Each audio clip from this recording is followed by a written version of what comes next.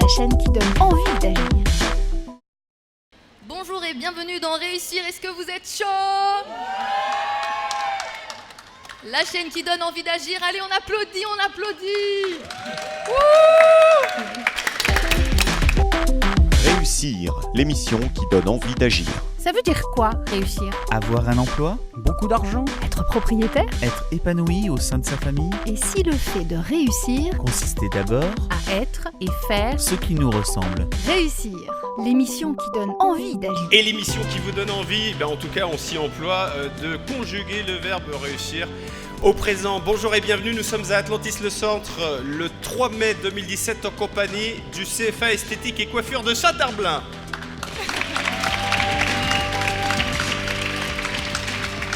Ça va bien les étudiants aujourd'hui? Vous êtes en forme? Vous êtes venus nombreux, ils sont près d'une centaine, 80 à peu près étudiants. Je salue en l'occurrence la présence des brevets professionnels, c'est bien comme ça qu'on dit, Bac Pro, brevet, BP esthétique, les BP coiffure et les mentions complémentaires coiffure. Merci d'être avec nous en tout cas. Et aujourd'hui, autour du studio, nous sommes avec les étudiantes en esthétique en BTS. Bonjour mesdemoiselles. Bonjour. On va parler de beaucoup de choses et en l'occurrence notre postulat de départ, pour mieux se connaître soi-même et identifier ses réussites, il est intéressant de regarder chez l'autre à quoi ça ressemble. 3 invités qui nous racontent leur parcours professionnel, personnel, qui nous racontent leurs joies, leurs peines, leurs doutes, leurs convictions et elles sont nombreuses, croyez-moi. On va accueillir Sophia, un premier invité dans une poignée de secondes. Oui, tout à fait. Donc notre premier invité a toutes les qualités du caramel. Il est agréable et il donne le moral. Donc c'est Damien Vergniaud. Voilà. Damien Vergniaud sera le premier invité de Réussir. Il est venu avec plein de caramel. C'est très bien. C'était évident. Voilà, ça c'est pour travailler le sens de l'articulation. Voilà, absolument. C'est un test. Pour les zygomatiques. Est-ce que voilà, pour les zygomatiques, c'est très très bon. Comment on appelle ça le terme technique là où quand on utilise les zygomatiques qui se Le rapprochent des sourire. oreilles? Voilà, c'est le sourire. Je savais qu'il y avait un terme technique bien spécifique. Deuxième invité, Mélissa. Oui, notre deuxième invitée est très dynamique, elle ne s'arrête jamais. Mais aujourd'hui, elle a accepté de faire arrêt sur image pour évoquer son parcours. Bienvenue à Lucie Chauvin. C'est bien Lucie, c'est bien de vous dont on parle, Lucie. On a un peu des invités qui avancent à 100 à l'heure et ça nous fait très très plaisir qu'ils nous consacrent du temps cet après-midi. Troisième invité, Eva. Oui, nous accueillons une femme bienveillante, au grand cœur, créatrice de concepts de restauration midi et demi.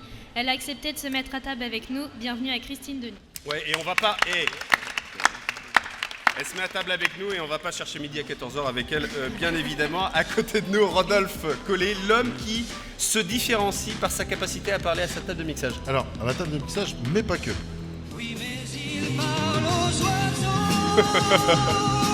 Vous l'aviez préparé en fait, ça. Totalement improvisé. C'est pas du tout de Et l'improvisation. je parle à tout le monde, moi, je joue au micro à tout le monde. On va parler de différence aujourd'hui dans Réussir. Réussir, l'émission qui donne envie d'agir. Pour entreprendre, pour vendre des produits, des services, il est nécessaire de se différencier. C'est tellement évident qu'on a décidé d'y consacrer la thématique d'une discussion, d'un débat dans cette émission aujourd'hui. Lorsque vous cherchez du travail, comment est-ce que vous faites pour vous différencier? D'ailleurs, est-ce que vous y pensez au fait de vous différencier? Comment est-ce que vous vous différenciez également personnellement dans un plan familial, amical? Est-ce que se différencier, c'est un but ou est-ce que c'est un moyen dont on prend conscience finalement a posteriori? Se différencier, est-ce que ça pourrait être l'occasion de revisiter ses besoins personnels pour qu'ils rencontrent mieux ceux des autres? Ça veut dire quoi se différencier? Discussion en compagnie des étudiants, de nos 3 invités et bien sûr des réactions de public tout à l'heure dans la dernière partie de cette émission. Réussir, l'émission qui donne envie d'agir. Nous sommes à Atlantis le Centre avec Clémentine, Sophia et Lorraine. Sophia Lorraine. Bravo. Il fallait le faire, évidemment, à un moment ou à un autre. Présentation de notre première invitée, Lorraine. Alors oui, aujourd'hui nous avons la chance d'avoir parmi nous le dirigeant du groupe DV. Donc c'est un producteur et distributeur de spécialités de cadeaux touristiques alimentaires. C'est aussi un dirigeant épicurien impatient et fonceur. Donc, alors pour pouvoir résumer en fait son parcours, on pourrait dire que Damien Vergniaud, c'est l'histoire d'un diabétique qui vend du caramel, Mais je vous rassure, ce petit trait d'humour n'est pas un prétexte en fait pour lui casser du sucre sur le dos. Et donc nous sommes vraiment ravis et très honorés de vous avoir parmi nous, Damien Vergnaud. Damien Vergnaud est le premier invité de Réussir. Merci de votre invitation. Et vous avez bossé avec Rodolphe la préparation Ouais. de cette émission. Ouais, ça m'étonne pas. Clémentine nous parle de la rencontre avec Damien. On est à Vertou ce jour-là. En effet, en allant vous rencontrer, on arrive en avance et on décide du coup d'aller faire un tour dans votre magasin. Et là, le premier étonnement, on découvre avec émerveillement un univers chaleureux où chaque détail compte, avec les luminaires, une biscuiterie en devanture et on se serait cru retourner en enfance. Ouais, moi j'ai eu le sentiment d'être un peu dans Charlie à la chocolaterie en fait. J'ai juste pas envie de partir. C'est un peu ça, c'est un peu Charlie ou Disneyland. Lorraine ? Oui, donc on vous a attendu dans une salle d'attente un petit peu improvisée avec quelques fauteuils suite à votre récente installation. Et donc là, nous sommes arrivés, on a découvert donc, un homme avenant, accessible et très chaleureux. Lorsque vous poussez la porte de votre bureau, on entre dans votre univers. On aperçoit un flipper, une grande télé, une grande table de réunion avec de grands fauteuils, des échantillons de sucreries de toutes sortes un peu partout. Donc nous étions très étonnés de découvrir cet espace et on a vraiment eu l'impression d'être vraiment dans un film américain. Ça nous a vraiment surpris. C'est vraiment ce qui leur est venu quand on a préparé cette émission. Damien, qu'est-ce que ça fait d'entendre cette présentation par des personnes que vous ne côtoyez pas forcément au quotidien, des jeunes qui découvrent votre univers? Justement, je pense que pour être dans un esprit créatif, il faut se sentir bien. Et comme mon travail est plutôt ma passion, je vais dire, parce que très franchement, je me demande parfois si je travaille, parce que je vis d'une vraie passion, il faut se sentir bien, être bien dans son environnement pour pouvoir laisser libre cours à son imagination.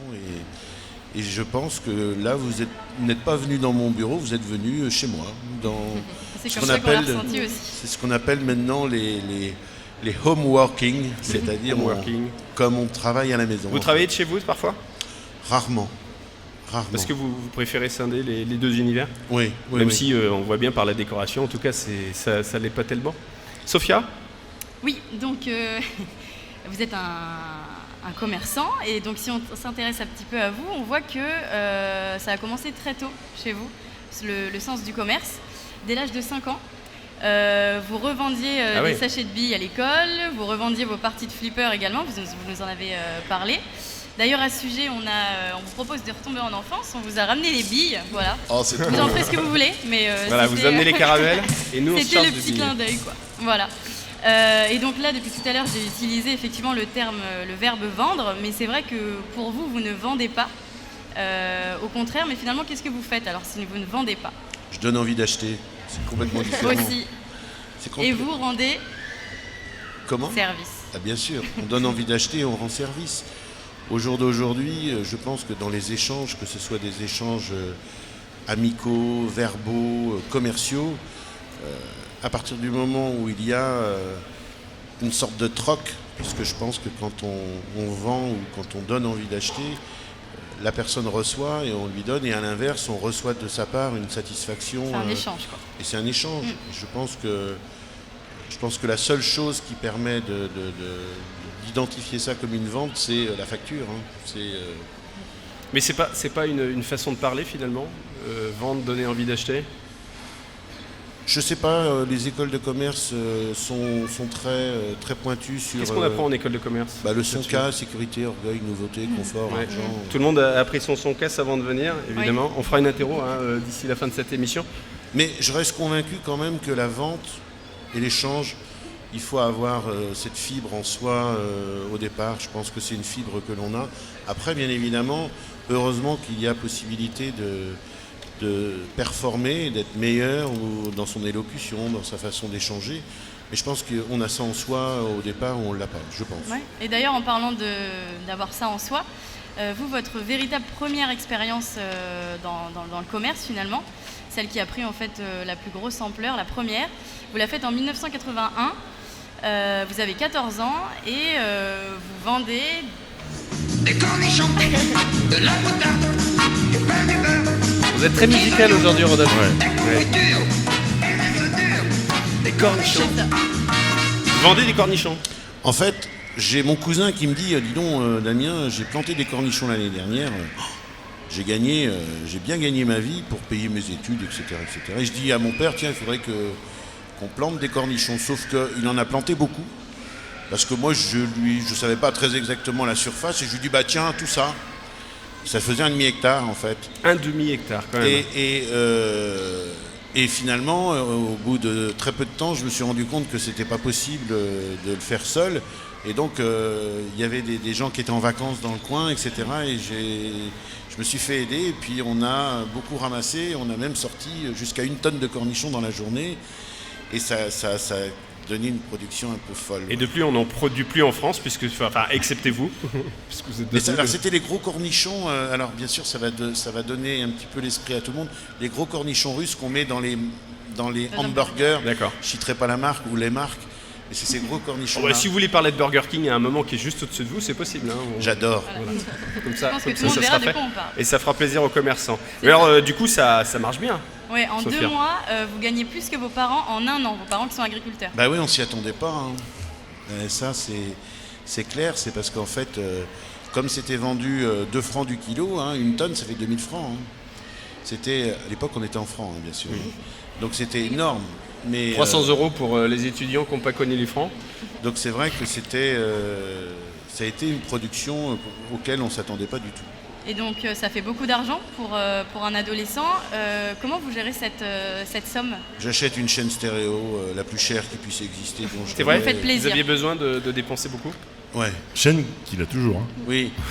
Il l'a gardée. Hein. Et je l'ai toujours. Hein. Ah oui.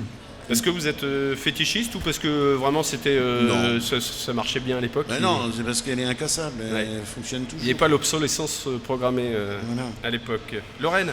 Alors oui, et du coup, en fait, vos parents, quelle a été leur réaction quand ils ont su que vous aviez vraiment réussi ce que vous avez entrepris?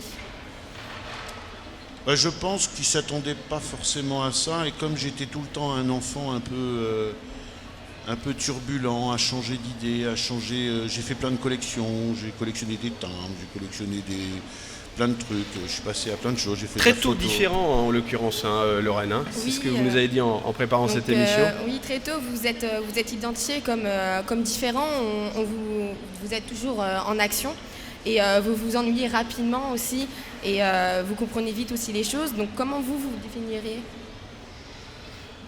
Hyperactif, surdoué. Oh, là chez vous. Hein. Oh non. non. Il a déjà eu son cadeau, il a sévi, c'est bon, c'est pas la peine.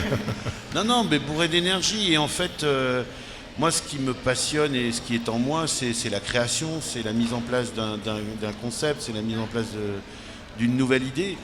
Et c'est vrai que quand elle est sur les rails, ça m'intéresse plus, je passe à autre chose, parce que c'est mon métier aussi, c'est ma passion. Moi, je suis plus un homme je suis plus un développeur, enfin un initiateur qu'un. Je suis pas dans la pérennité. J'ai plein de gens autour de moi qui savent très bien. Il y a des faire méticuleux ça. autour de vous. Ouais, je suis très bien entouré. J'ai une magnifique équipe. On va en parler de votre équipe. Lorraine? Oui, donc comme on disait tout à l'heure, donc vos parents sont agriculteurs, donc en Vendée, et vous avez décidé du coup de suivre en fait cette voie et de faire une école en agriculture, et donc tout ça juste pour faire plaisir à votre père.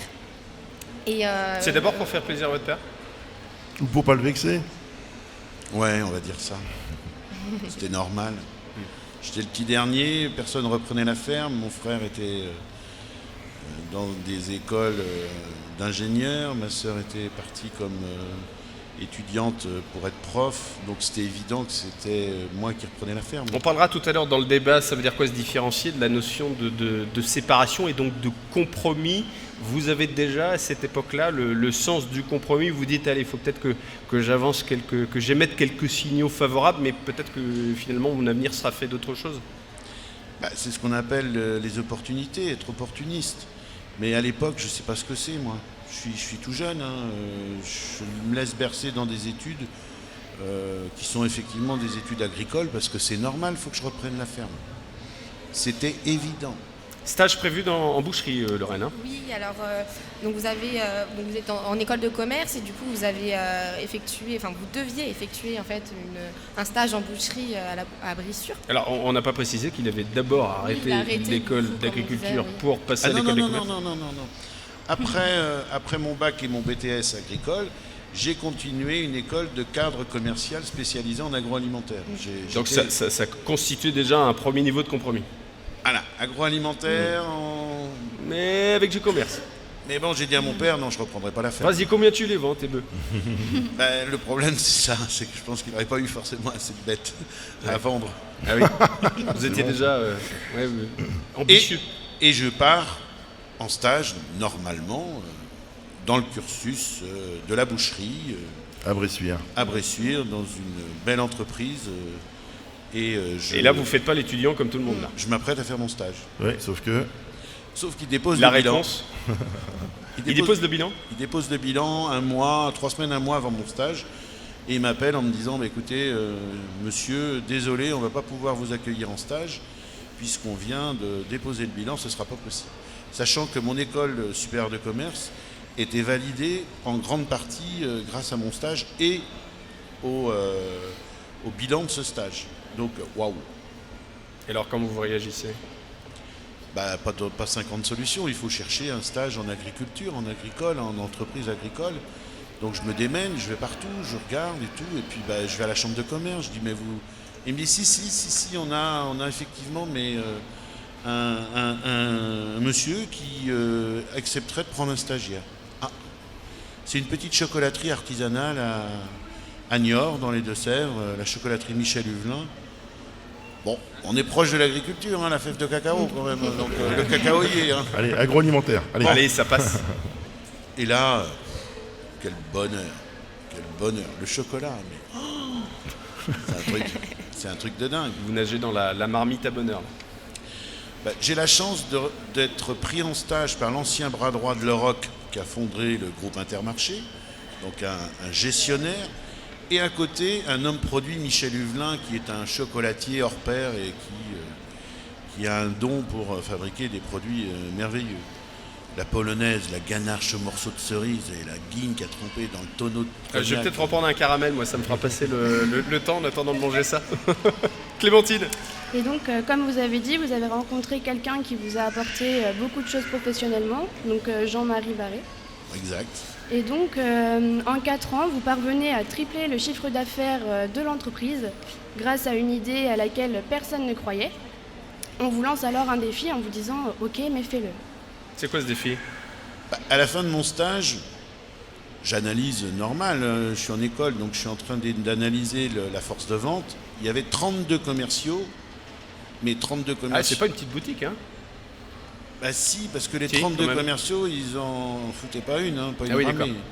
C'est-à-dire que les 5 premiers... Pourquoi, une fois de plus, c'est pas la taille qui compte, hein? Pourquoi il me regarde quand tu dis ça? Je sais pas comment le prendre. Parce que c'est un running gag. T'inquiète pas, c'était pour alimenter le bêtisier, ça. T'inquiète pas, Rodolphe, je t'aime. C'est vrai que je pouvais compter sur toi. Merci. Vous connaissez peut-être? Oui, tout à fait. Il y a de la connivence, je trouve, dans cette émission. Et alors, donc, du coup, 32 commerciaux? Et sur les 32 commerciaux, alors on va dire que les 3-4 premiers font 80% du chiffre. Donc déjà, ça c'est clair, ça ne sert à rien. Et ensuite, les 3-4 premiers sont des multicartes qui font pas grand-chose. Parce qu'en fait, dans le commerce, si vous n'avez pas les premières cartes, vous n'allez pas dans les établissements qui sont de premier ordre, là où se fait le chiffre. Donc moi, j'ai tout simplement dit, non, il faut une autre force de vente. Et à l'époque, je disais, il faut prendre un exclusif qui va visiter un secteur et qui va voir les meilleurs clients potentiels et pas des multicartes. Et là, effectivement, il me regarde en me disant, mais vendre du chocolat toute l'année du 1er janvier au 31 décembre... C'est impossible. C'est impossible. Impossible n'est pas français chez vous, c'est clair? It's impossible. C'est impossible. La satisfaction des clients, c'est vraiment son truc, Clémentine. En effet, la satisfaction pour vous est primordiale. D'ailleurs, vous avez une anecdote à ce sujet-là. Pouvez-vous nous parler de l'anecdote avec L'Oréal? Ah oui. Un truc de fou, ça. Un truc de fou. Je suis un week-end à la chocolaterie et je bosse. Parce que bon... Ce qui, voilà. Voilà. Ce qui peut Et arriver. je suis tout seul à la chocolaterie, il y a le téléphone qui sonne, c'est un samedi, et je réponds au téléphone, et là je tombe sur un type qui me dit, voilà, ici Monsieur Grunbaum, je cherche un fournisseur de chocolat pour faire des cadeaux d'entreprise pour L'Oréal. Je dis, ah, je connais L'Oréal, c'est quand même une belle marque. Il me dit, est-ce que je peux vous voir? Ben, je dis oui, lundi matin, à 8h dans votre bureau. Il me dit, mais vous êtes où? Je dis, je suis à Niort. Il me dit, vous serez lundi matin dans mon bureau à 8h? Mais je dis, mais pas de souci, bien sûr. Et le lundi matin, j'étais à 8h dans son bureau.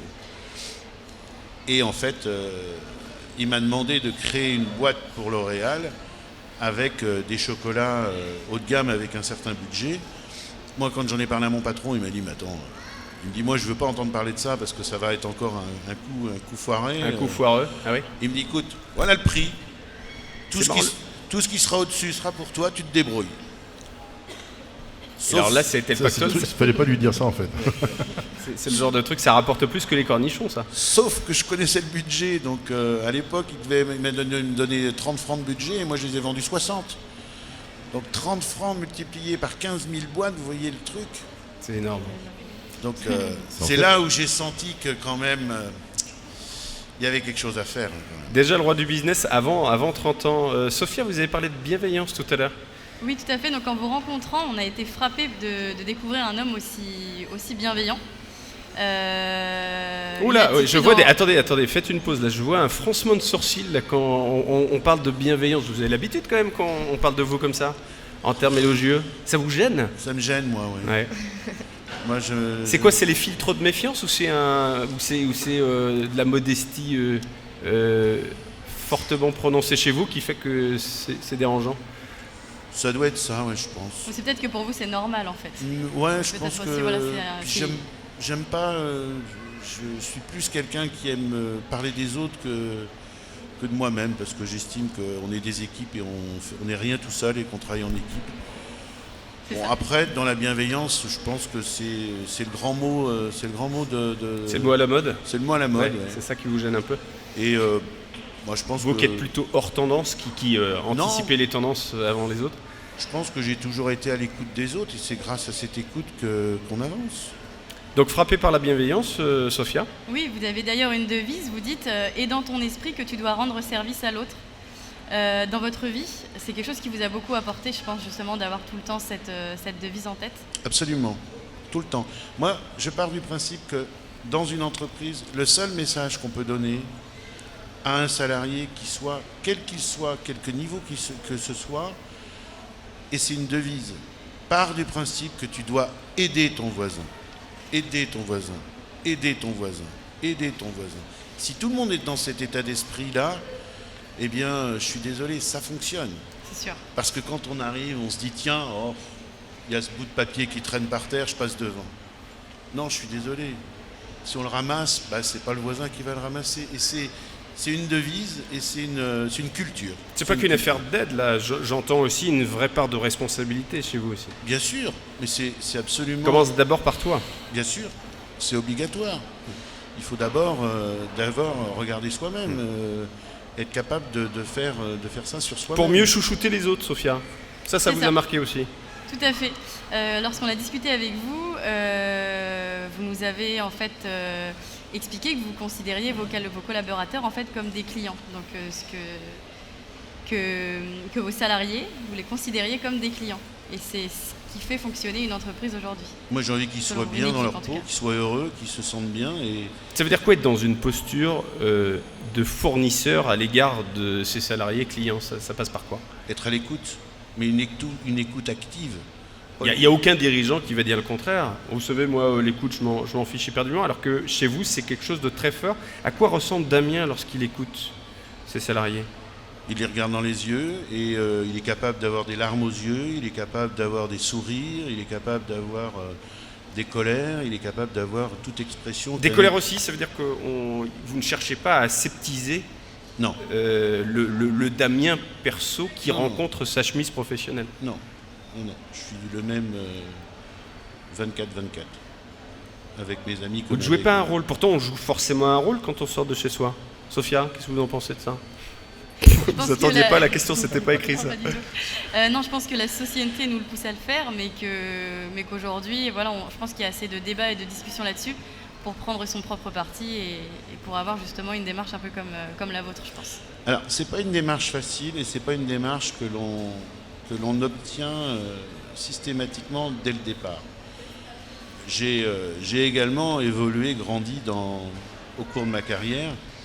Et aujourd'hui, moi je fais partie de certains organismes où justement je vais à la rencontre de gens sur des formations, sur plein de choses, parce que faut pas se leurrer, hein, on est tous dans un moule où on essaye de nous faire rentrer tous dans le même couloir.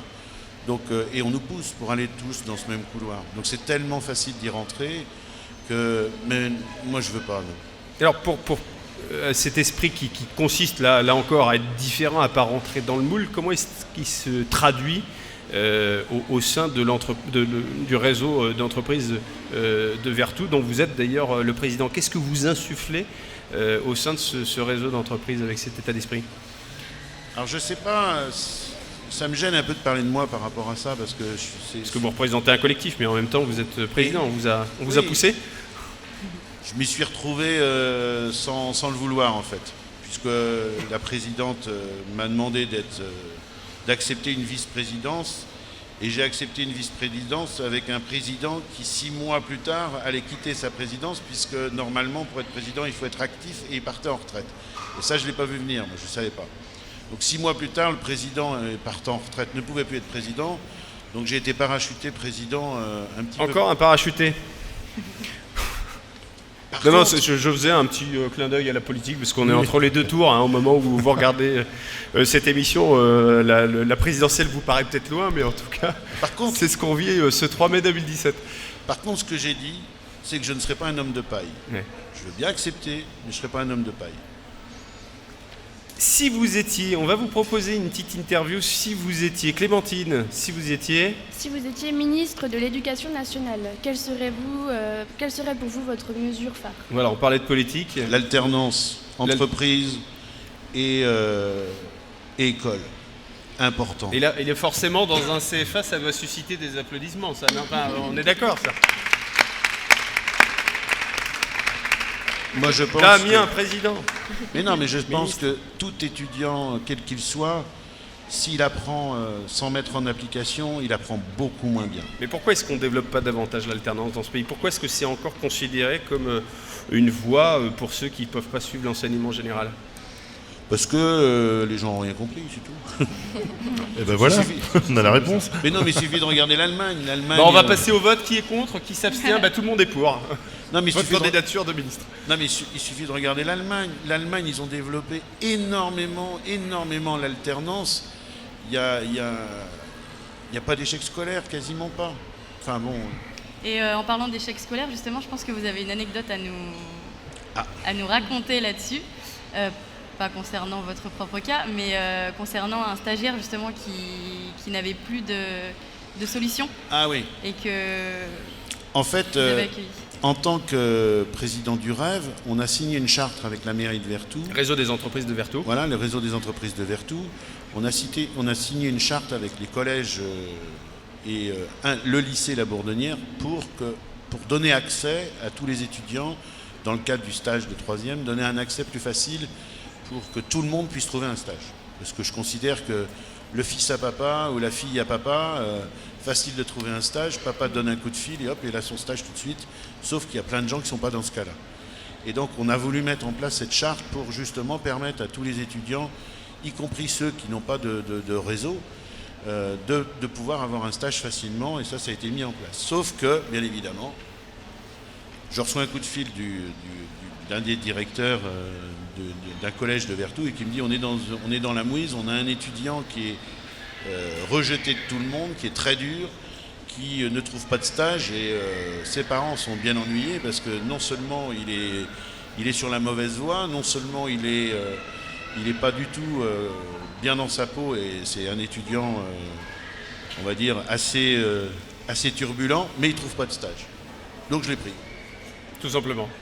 Et vous avez tendance à récidiver. En plus, on parlera tout à l'heure pendant le débat du fait que vous faites travailler des personnes incarcérées, des personnes en situation de handicap aussi. Qu'est-ce qui fait que vous allez chercher des personnes dont on ne veut pas forcément obligatoirement, des personnes souvent différentes? C'est ça qui fait la différence. Mais, sachant que, en l'occurrence, les personnes handicapées sont les tout premiers employés de l'histoire de DV, non?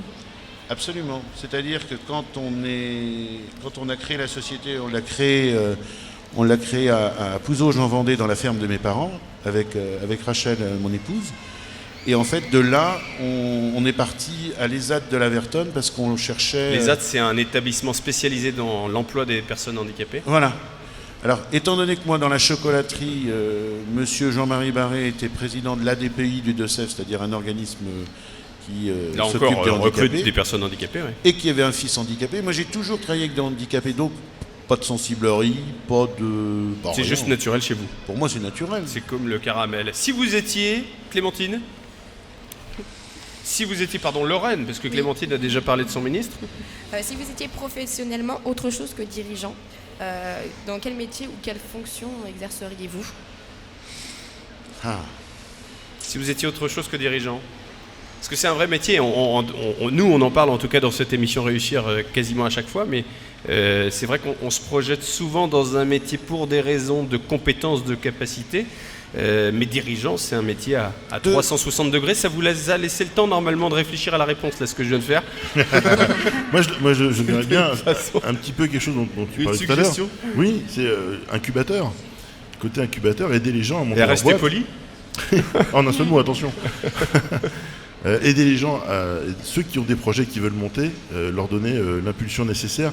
On avait parlé un petit peu de ça, en tout cas j'ai cru comprendre que tu aimerais bien t'investir là-dedans. Alors ça c'est... J'en ai trop dit.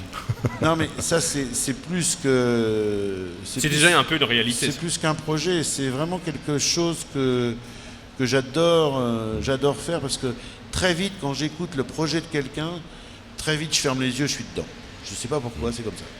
Et très vite ça me donne plein envie d'acheter. Voilà. Et ça me donne envie d'aider. Donne envie de rendre service. Vous auriez pu de quoi d'autre, à part incubateur?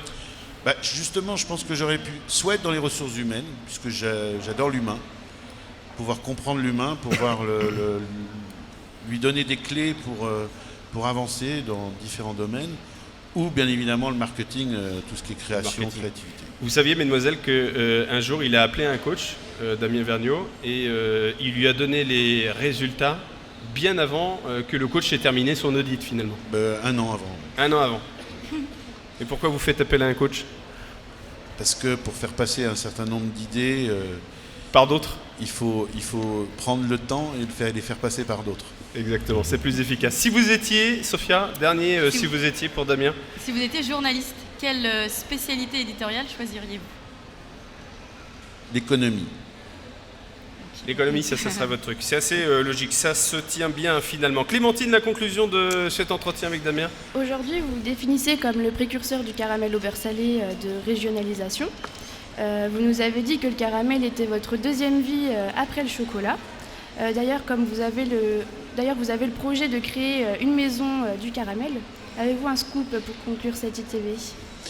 Eh bien, les associés sont trouvés, le bloc marque est créé, l'entreprise, les statuts seront signés officiels au 1er juillet. Et les caramels sont déjà là. Donc tout est... Non. Non. Ah non. Non. Pas ceux-là. C'est pas ceux-là? C'est d'autres caramels? Ça n'existe encore pas ce qu'on va faire. Ah oui? Oui. Et c'est pour quand? Fin de l'année. Fin de l'année. Ça, c'est un joli scoop. Merci de nous l'avoir livré. Damien Vergniaud. DV, ça veut dire Damien Vergniaud. Est-ce que ça pourrait vouloir dire Divine Voix? Distribution vendéenne, distribution vertavienne. Divine Voix, parce que Patrice, que j'ai rencontré en préparant cette émission avec vous, a dit Damien, c'est la constellation, c'est un fournisseur d'étoiles dans les yeux. C'est joli ça? Ah, c'est bien. Divine Voix, moi je vote pour ça en tout cas. Damien Vergniaud est avec nous dans Réussir. Merci. Réussir, la chaîne qui donne envie d'agir.